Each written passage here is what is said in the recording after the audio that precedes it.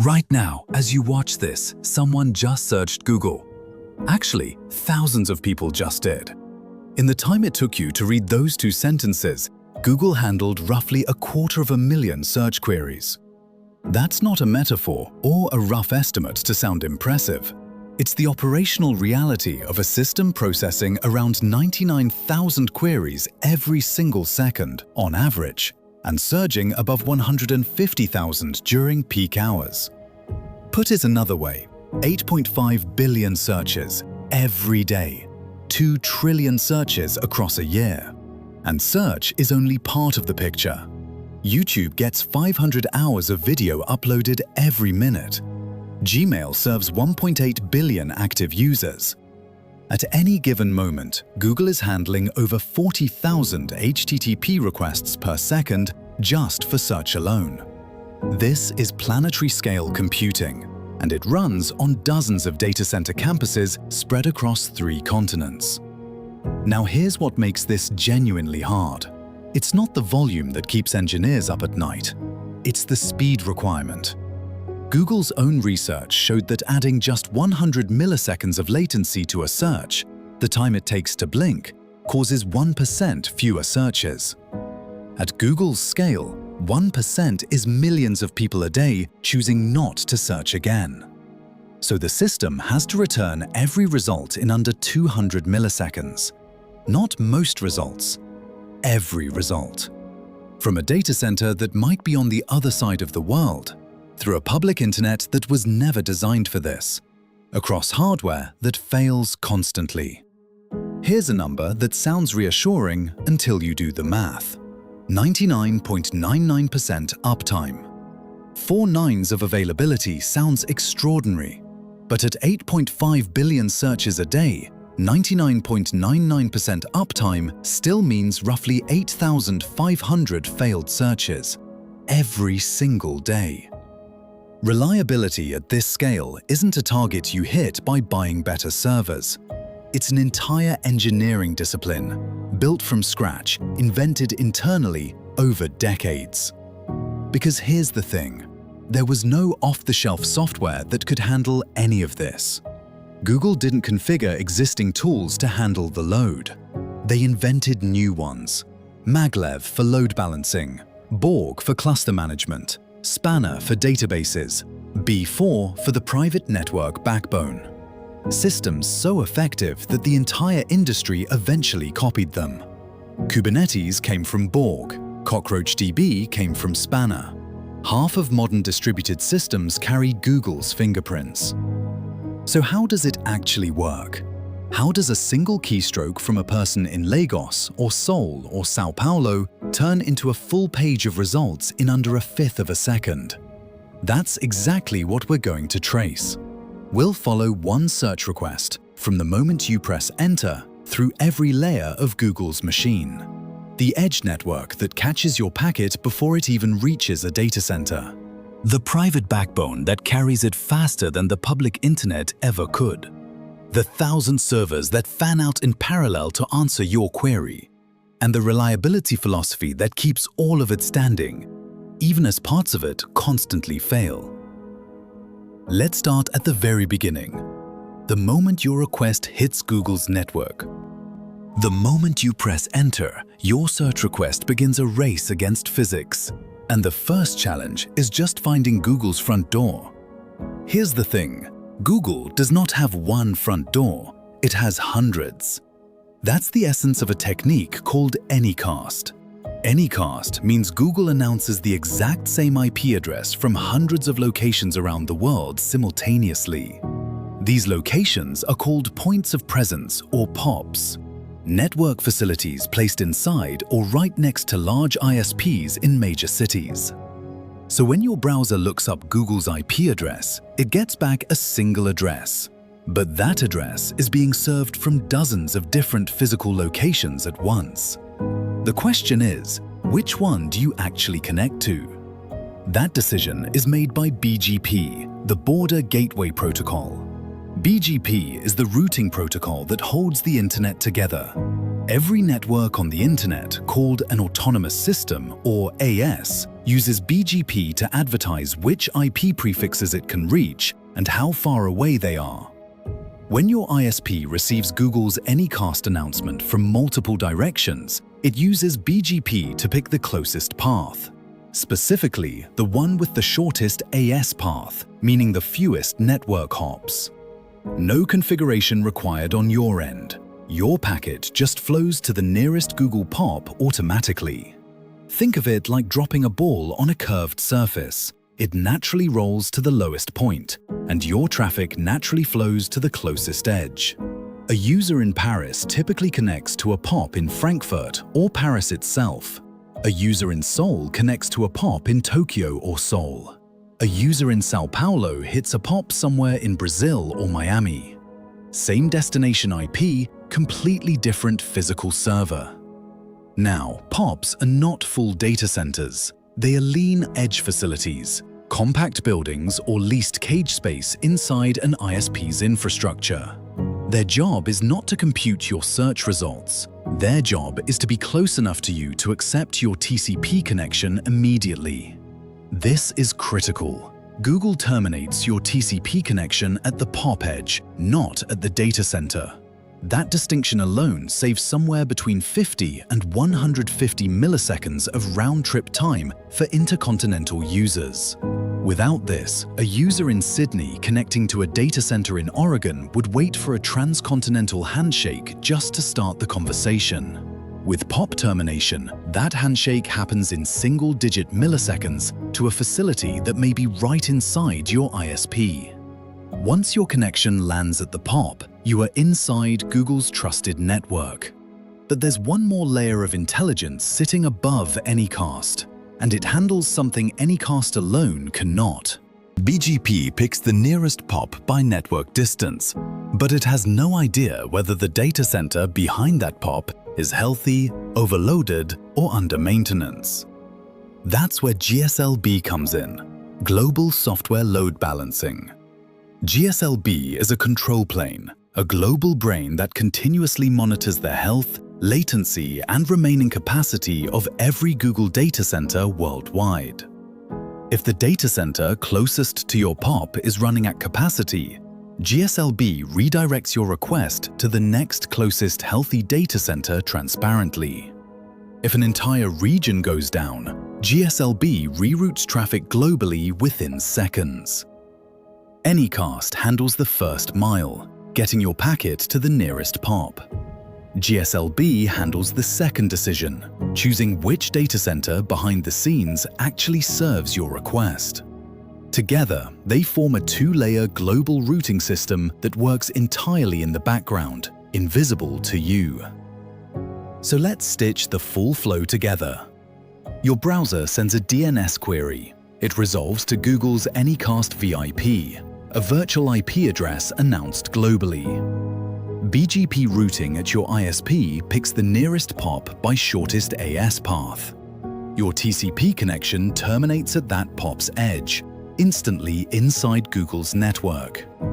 GSLB selects the best data center based on real-time health and capacity. And from there, your request travels across Google's own private backbone, not the public internet, to reach the machines that will actually answer your query. That handoff from the POP into the private backbone is where things get really interesting. In the next part, we'll look at what's waiting at that POP edge, the GFE and Maglev, the systems that take your raw TCP stream and route it with surgical precision toward the right backend. So your packet has landed at Google's nearest edge POP, but landing there is only half the battle. Now something has to decide which machine actually handles your request. That something is a two-layer system. Maglev handles the raw packets, and GFE handles the conversation. Let's start at the bottom of that stack. When your packets arrive at a Google POP, they hit a set of routers first. Those routers don't pick a single destination. They use a technique called ECMP, or Equal Cost Multipath. ECMP treats multiple onward paths as equally good and spreads packets across all of them. Think of it like a highway with 10 identical on-ramps. ECMP sends cars down all 10 at once, evenly. The machines those on-ramps lead to are running Maglev. Maglev is Google's software-based Layer 4 load balancer, described in a paper at NSDI 2016. It runs on ordinary commodity Linux servers, not specialized hardware appliances. Google first deployed Maglev in 2008, and it now also powers load balancing for Google Cloud. Here is the problem Maglev has to solve. ECMP distributes packets evenly, but it does so without caring which packet belongs to which connection. If two different Maglev machines each receive packets from your TCP session, they will send those packets to two different backends, and your connection breaks. Maglev solves this with consistent hashing. For every packet, Maglev extracts 5 fields: source IP, source port, destination IP, destination port, and protocol. That 5-value combination is called the 5-tuple.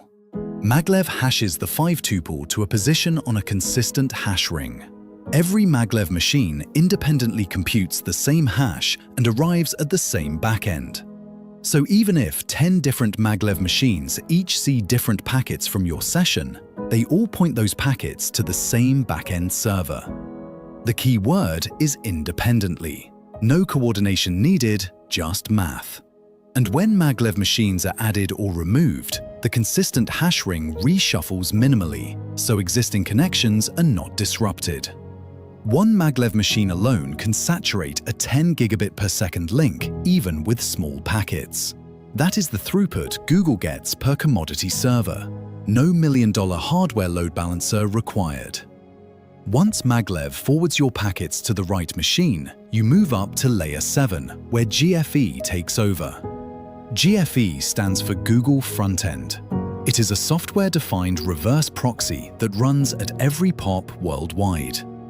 GFE is where the TLS handshake actually completes. Your encrypted connection terminates here, at the edge, not hundreds of kilometers away in a data center.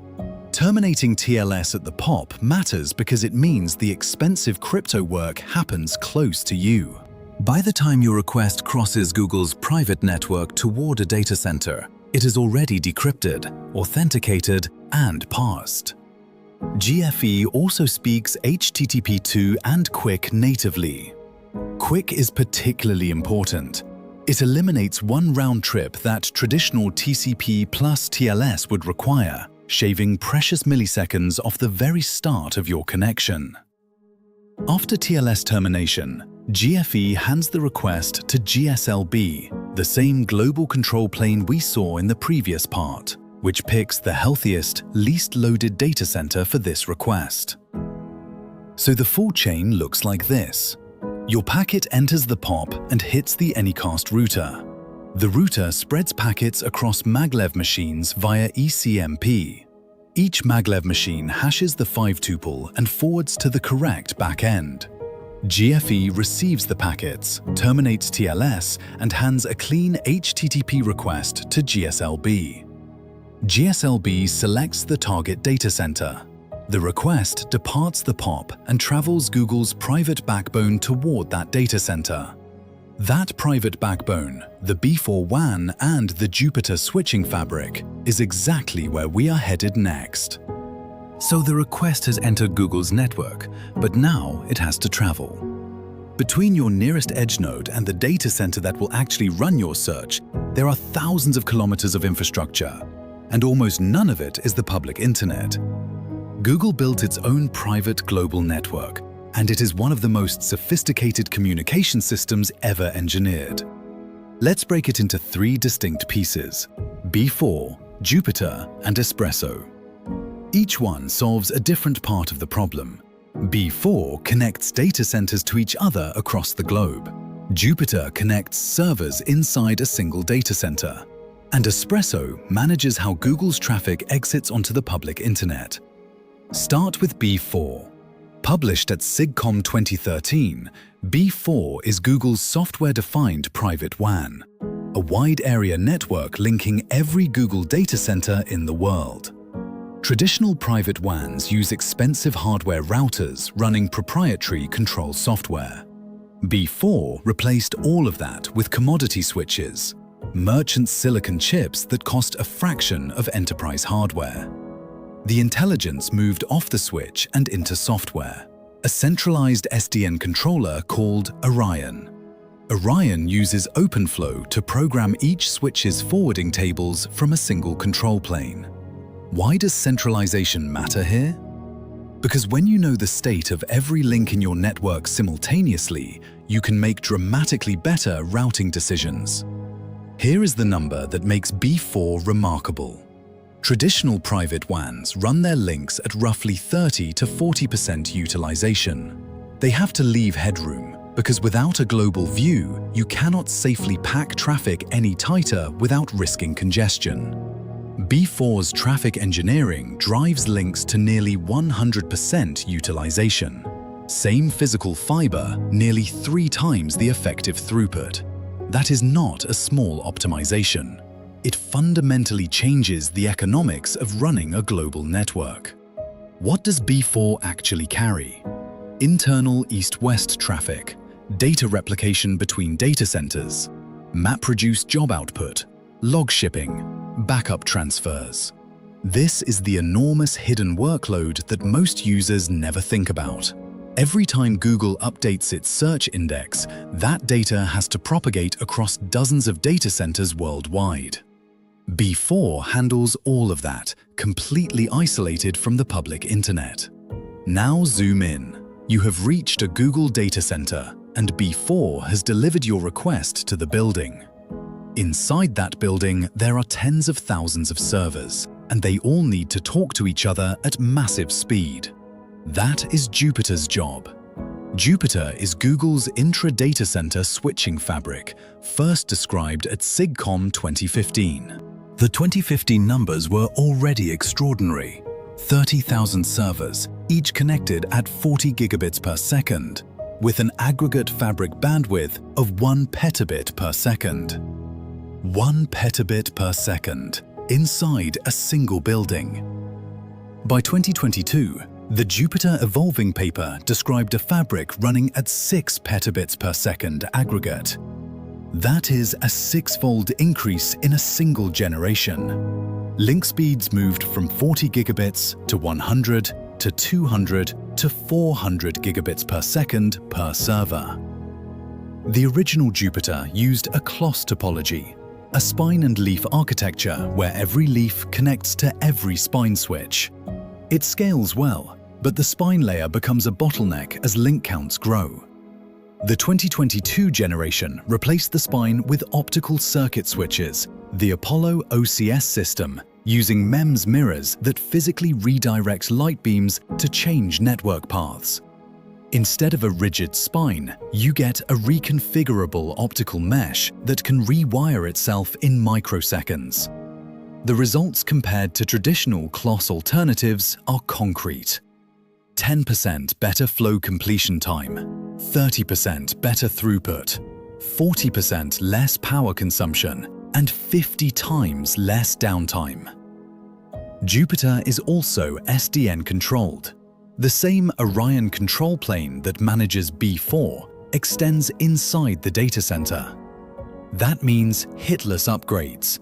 Google can update the network fabric with 0 application-visible downtime. Now the third piece, Espresso. Published at SIGCOMM 2017, Espresso handles the peering edge, the boundary where Google's private network meets the public internet. Traditional BGP routers pick one best path globally for a given destination. They do not know whether you are watching YouTube or running a search query. Espresso does. It routes traffic per application and per client proxy. Search traffic goes on the lowest latency path. YouTube traffic goes on the highest throughput path.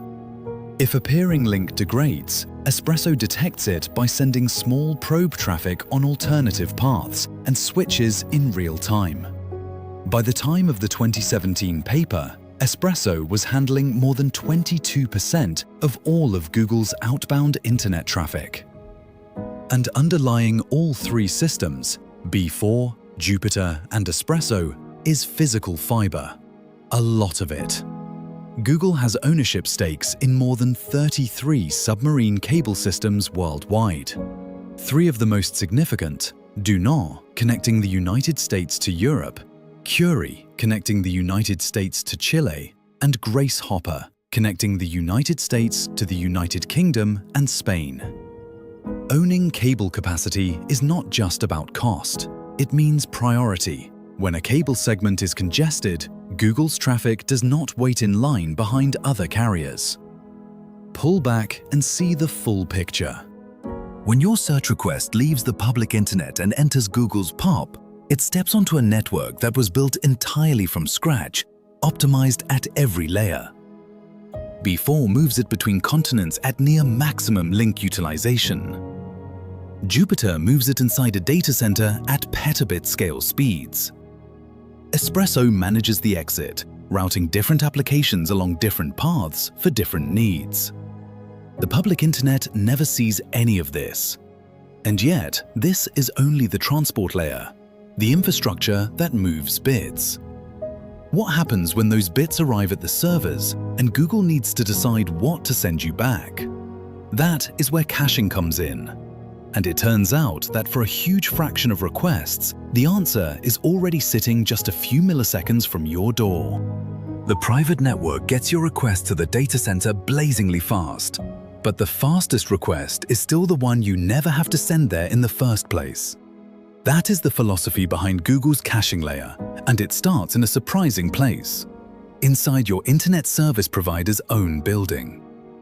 Google runs a program called Google Global Cache, or GGC. Instead of placing every cache server in Google's own data centers, Google ships physical servers directly to ISPs and asks them to host them on-site. Why would an ISP agree to that? Because it saves them money. When a user on that ISP watches a YouTube video, the data travels from inside the ISP's own network instead of crossing expensive long-haul transit links to reach Google's infrastructure. The ISP cuts its transit bill, and the user gets dramatically lower latency. It is a rare case where everyone genuinely benefits. For a user in Ho Chi Minh City, the difference is striking. Without GGC, a YouTube video request might round-trip to a data center in Singapore or Taiwan, adding roughly 50 milliseconds of latency. With a GGC node sitting inside the local ISP, that same request travels just a few kilometers and comes back in about 5 milliseconds. 10 times faster, without Google changing anything about the video itself. GGC is not the only tier in this system. Google uses a 3-level caching hierarchy. At the first tier, GGC nodes sit inside ISPs, as close to users as possible. At the second tier, Google's POP caches sit at the points of presence that you saw in earlier parts, edge locations inside or adjacent to major cities. At the third tier, the data center origin handles everything that cannot be cached. Dynamic content, personalized results, anything unique to a specific user or moment. A request for cached content will almost always be answered at Tier 1 or 2, never reaching the origin at all. What kinds of content live in this cache? YouTube videos are the biggest category by volume. Also cached, Google's static JavaScript and CSS files, Chrome browser update packages, and Google Play App Store APKs. These files are large, they are requested billions of times, and they never change between requests. They are perfect for caching. The result is dramatic at scale. By most industry estimates, caching absorbs somewhere between 80 and 90% of all static content requests before they ever reach a Google data center. Every time a GGC node answers a request, that is one fewer round trip across Google's backbone. One fewer CPU cycle on an origin server, one fewer millisecond added to someone's experience. Multiply that by billions of requests per day, and you begin to see why Google has deployed thousands of GGC nodes worldwide, making it one of the largest CDN deployments on Earth by traffic volume. The spike absorption property is just as important as the steady-state savings. When a video goes viral, say a live event or a breaking news clip that suddenly gets 10 million simultaneous viewers, nearly all of that playback comes straight from GGC nodes. The origin data center barely notices. Without caching, a viral spike would propagate all the way to the data center and could overwhelm capacity within seconds. With GGC, the surge is absorbed at the edge, distributed across thousands of ISP-hosted nodes, each handling its local slice of the demand. Now, there is a common misconception worth clearing up directly. People often assume that caching is what makes Google search fast. It is not. Search results are personalized and dynamic. Your search for coffee shops near me produces different results than the same query from someone in Tokyo. There is nothing to cache. Search speed comes from massive parallelism. Your query fans out across thousands of machines simultaneously, and you will see exactly how that works in the next part. Caching handles the parts of Google that are the same for everyone. The videos, the static files, the update packages. Think of it as a division of labor. Caching handles the replayable, parallelism handles the unique. So now we have established that static content lives close to you, in ISP-hosted nodes. But what about the data that cannot be cached? Your Gmail messages, your search results, your personalized feed. All of it is dynamic, unique, and constantly changing. How does Google store trillions of rows of that kind of data across dozens of global data centers with strong consistency and no single point of failure? That is the storage layer, and it is where some of Google's most influential engineering work lives. All that caching and smart routing keeps content close to users, but somewhere the actual data has to live. And managing data at Google's scale meant inventing an entirely new storage stack from scratch. The story starts in 2003 with a problem that sounds simple. How do you store files across thousands of machines reliably? Google's answer was GFS, the Google File System. GFS was designed for huge sequential reads and writes, exactly what MapReduce jobs needed. But it had one critical weakness, a single master node that knew where every file chunk lived. At small scale, a single master is fine. At Google's scale, that master became a bottleneck and a single point of failure. So around 2010, Google quietly replaced GFS with something called Colossus. Colossus keeps the same core idea. Data is split into chunks and spread across thousands of servers. But the single master is gone. Instead, Colossus uses a layer of distributed metadata servers called curators. No single curator knows everything. They share the directory collectively. That means no SPOF, no single machine whose failure takes down the whole file system. Today, Colossus stores exabytes of data inside Google's data centers. And here is the key architectural fact. Every storage system above Colossus uses it as its block layer. Bigtable stores its data on Colossus. Spanner stores its data on Colossus. Colossus is the foundation everything else stands on. Now, Colossus is just a file system. It doesn't care what's inside those files. Google needed a way to store and query structured data at massive scale. That's what Bigtable was built for, described in a 2006 research paper. Bigtable is a distributed NoSQL wide column store. Think of it as an enormous sorted map. Each row has a string key, and that key determines where it lives. Columns are grouped into column families, and you can have millions of columns per row. Under the hood, the actual data is written to sorted files called SS tables, and those SS tables live on Colossus. Tablet servers sit in between. They handle reads and writes, owning a range of rows called a tablet. The scale is staggering. Bigtable runs across thousands of servers, storing petabytes of data. What runs on Bigtable? Google's search index is stored there. Every Gmail message lives in a Bigtable table. Google Maps tiles come from Bigtable. YouTube's video metadata, titles, view counts, descriptions, lives in Bigtable. Bigtable's 2006 paper became one of the most influential systems papers ever published.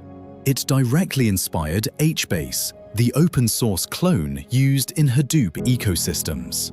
Cassandra borrowed the wide-column data model, though it made different trade-offs on consistency. But Bigtable, for all its power, is no SQL.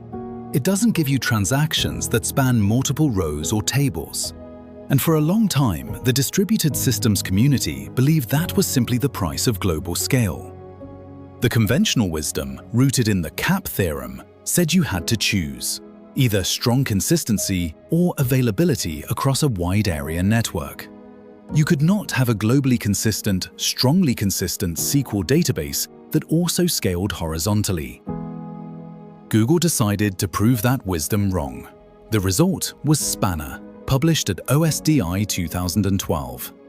Spanner is a globally distributed, strongly consistent, horizontally scalable relational database with full SQL.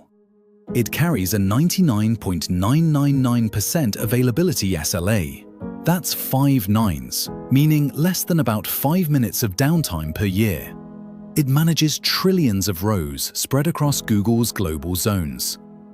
The question is, how do you get strong consistency when your data is spread across data centers on different continents? Strong consistency means that if transaction T1 commits before transaction T2 starts, then T2 must always see what T1 wrote. No stale reads, no surprises. The problem is that achieving this guarantee requires knowing with certainty the global order in which transactions happened. And that means you need a reliable, globally synchronized clock. Regular computers use clocks that drift. Network time protocol gets you within tens of milliseconds. Not good enough. Google's solution is called TrueTime. TrueTime is a custom time API, and what makes it unusual is its hardware foundation. Every Google data center has GPS receivers and atomic clocks. These devices sync with each other every 30 seconds, maintaining a time reference across the entire fleet.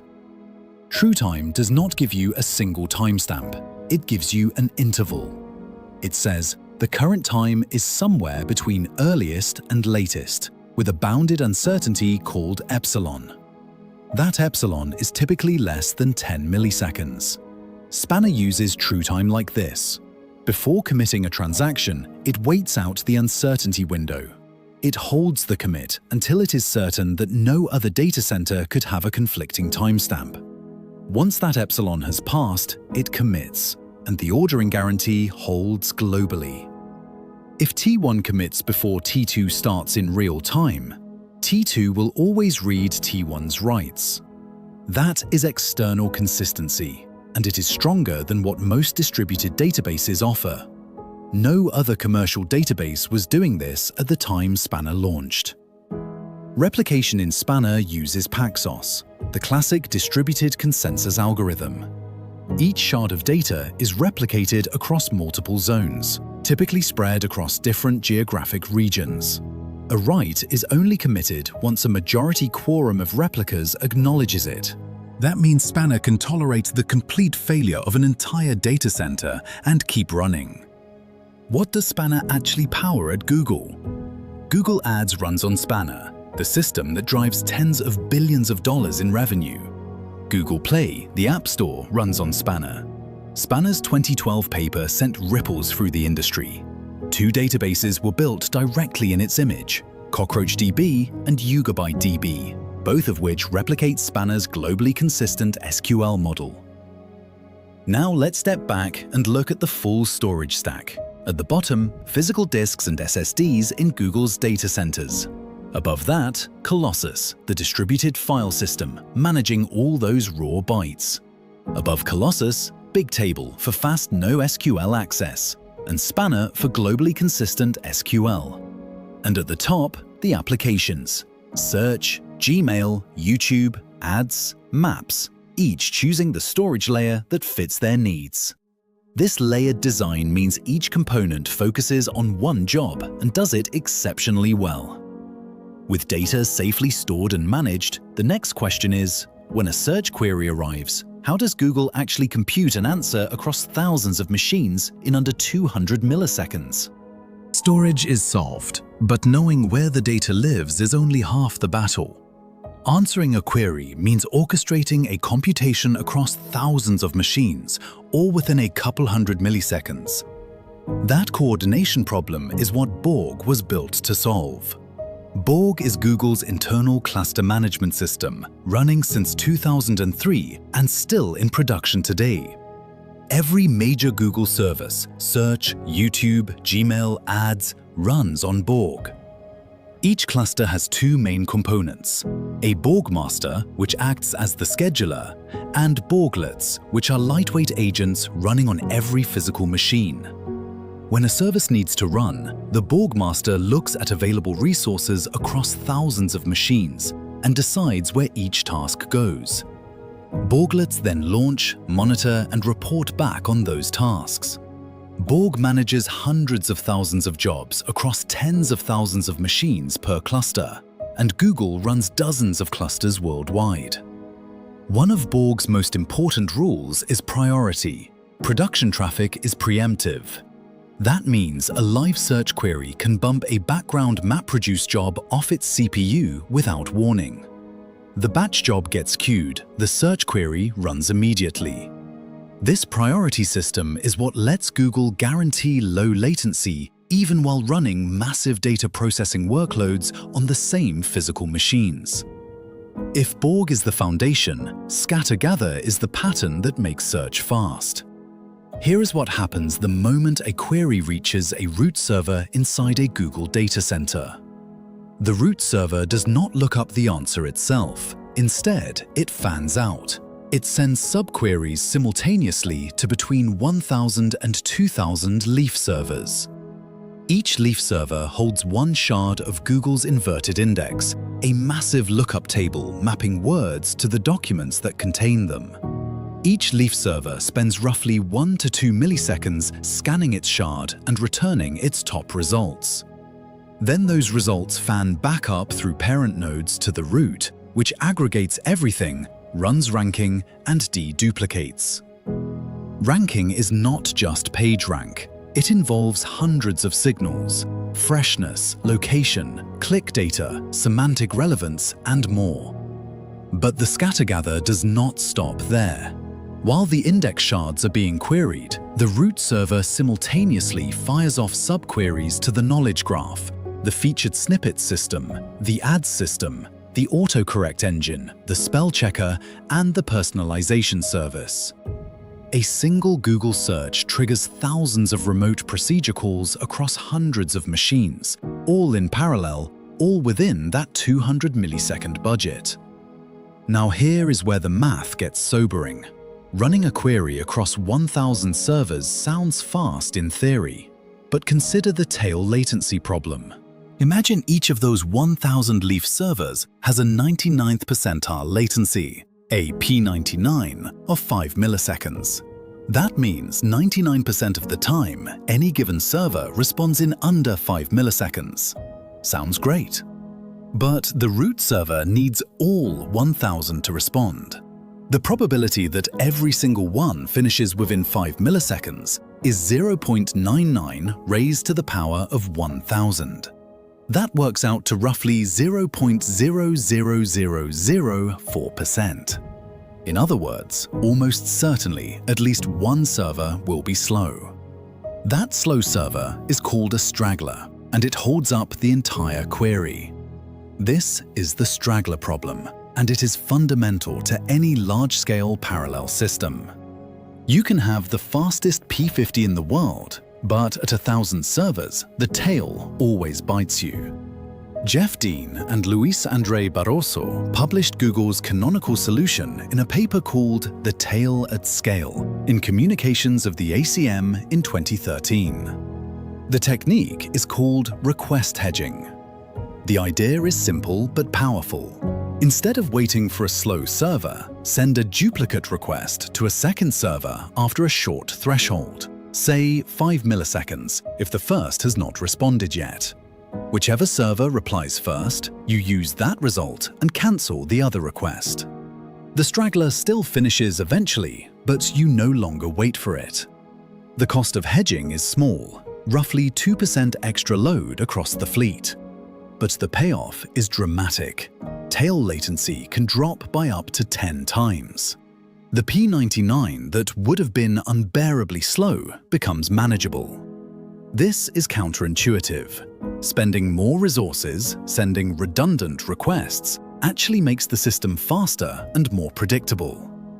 Hedging is now a standard technique across distributed systems, and it originated at Google precisely because scatter-gather at this scale forced them to confront the math. So at this point in the journey, we have a cluster manager ensuring the right machines are running the right jobs, a scatter-gather tree spreading the query across thousands of shards, and hedging to kill the stragglers. The query has been answered. But all of this hardware, tens of thousands of machines per cluster, dozens of clusters worldwide, fails constantly. Disks die, network cards drop packets, entire racks lose power. The question is not whether something will fail, it is how Google keeps the lights on anyway. That is what the next part is about. At this scale, something is always broken. And Google learned early that treating reliability as a monitoring problem was never going to work. That insight led to one of Google's most influential inventions, Site Reliability Engineering, or SRE. Ben Traynor founded the discipline at Google around 2003, and the core idea was radical for its time. Reliability is a software engineering problem, not a dashboards and alerts problem. SREs write code, automation, tooling, fault injection, rather than just watching graphs and paging on-call humans. This shift in mindset is what allowed Google to scale operations without linearly scaling its workforce. But a mindset alone is not a mechanism.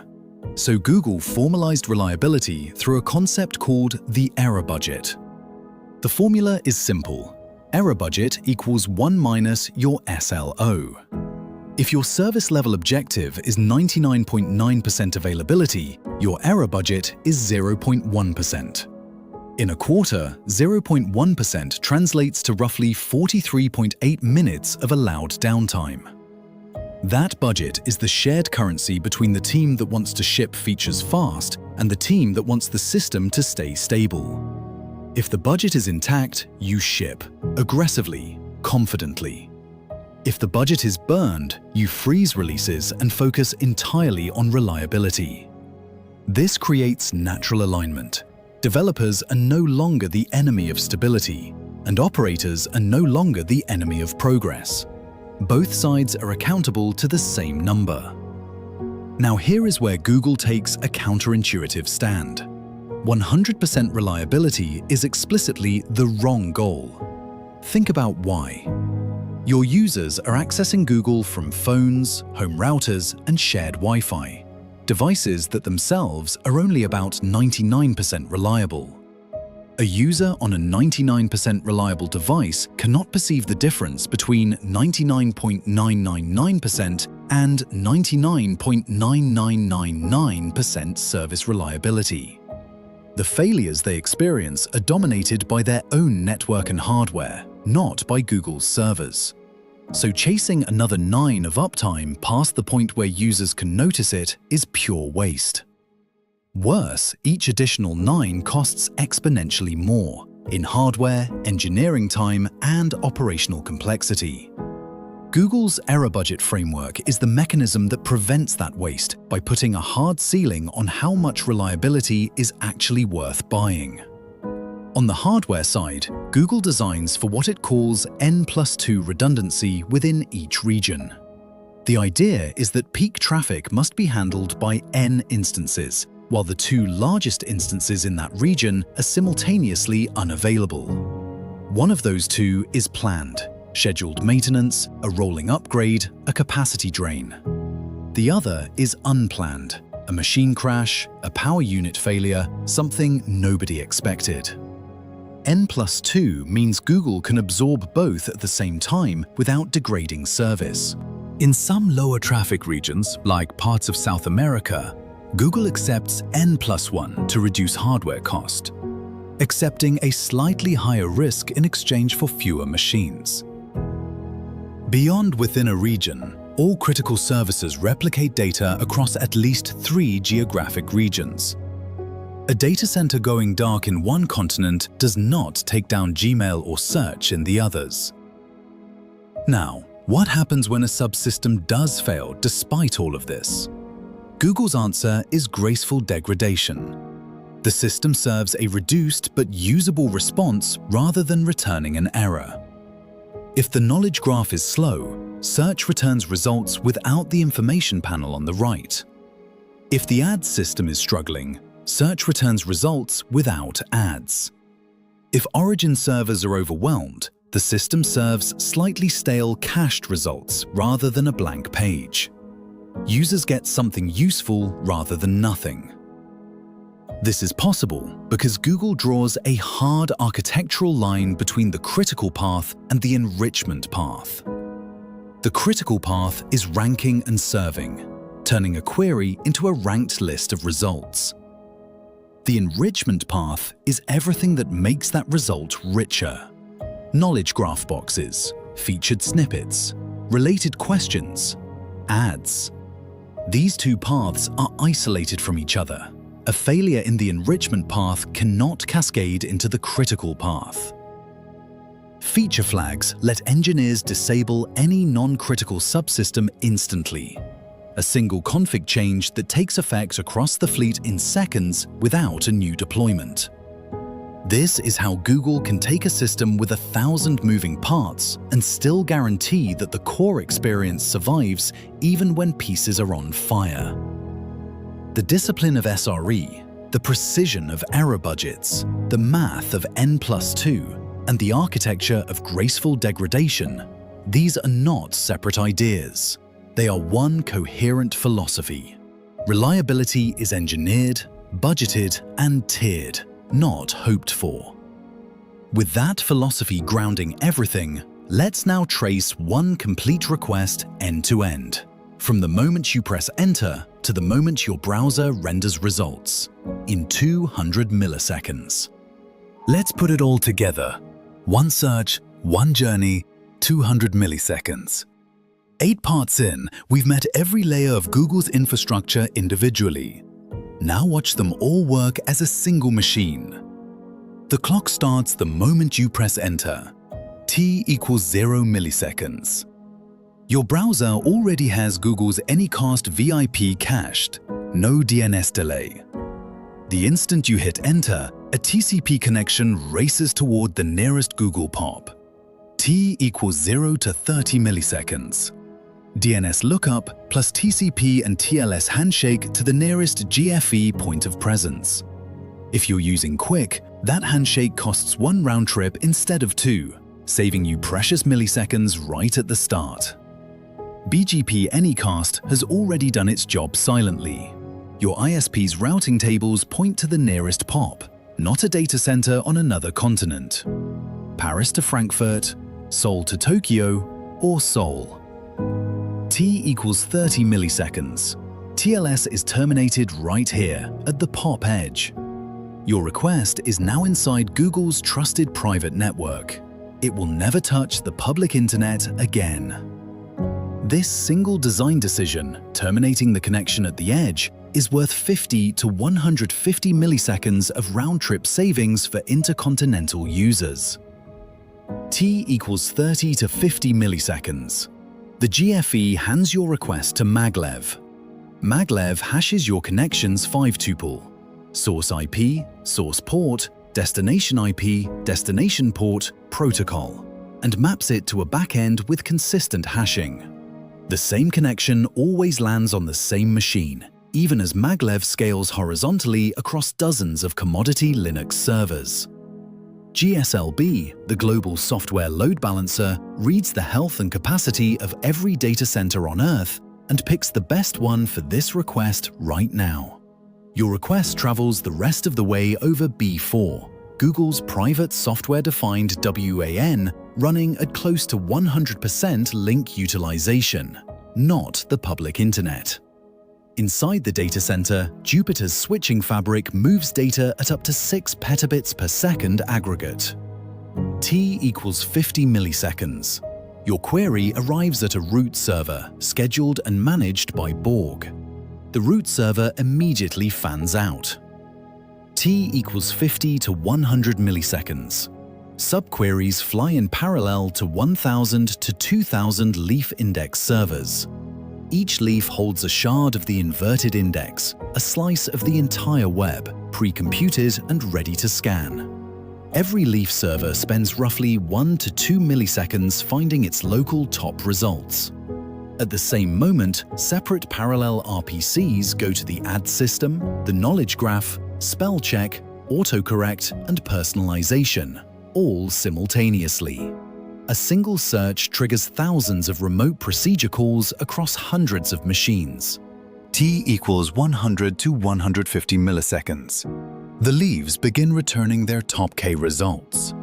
Here, the straggler problem bites hard. With 1,000 servers, a near certain tail always forms. Hedging saves the day.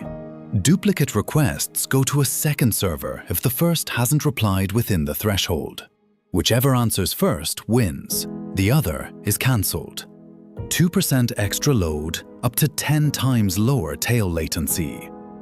The root aggregates every leaf's results, applies PageRank and hundreds of ranking signals, and deduplicates. T equals 150 to 180 milliseconds. The final result is serialized as protobuf and begins its journey back. It flows through GFE, through Maglev, back out the POP, across the last mile of the public internet to your device. T equals 180 to 200 milliseconds. Your browser receives the first byte and begins rendering. The HTML, CSS, and JavaScript it needs are almost certainly already sitting in a Google Global Cache node inside your ISP's own network. Served at local speed, not transcontinental speed. The page appears, 200 milliseconds. Now consider the physics. The straight-line distance from London to Singapore is about 10,700 kilometers.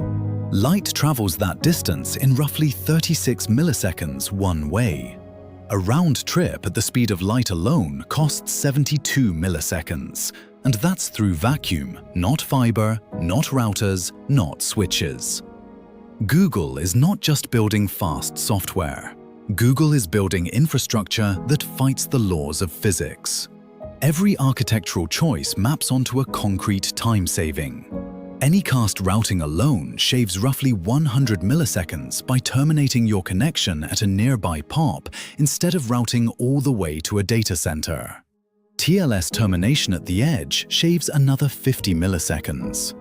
The private B4 backbone versus the public internet cuts latency variance. You get consistent, predictable speed rather than whatever the public internet is doing that day.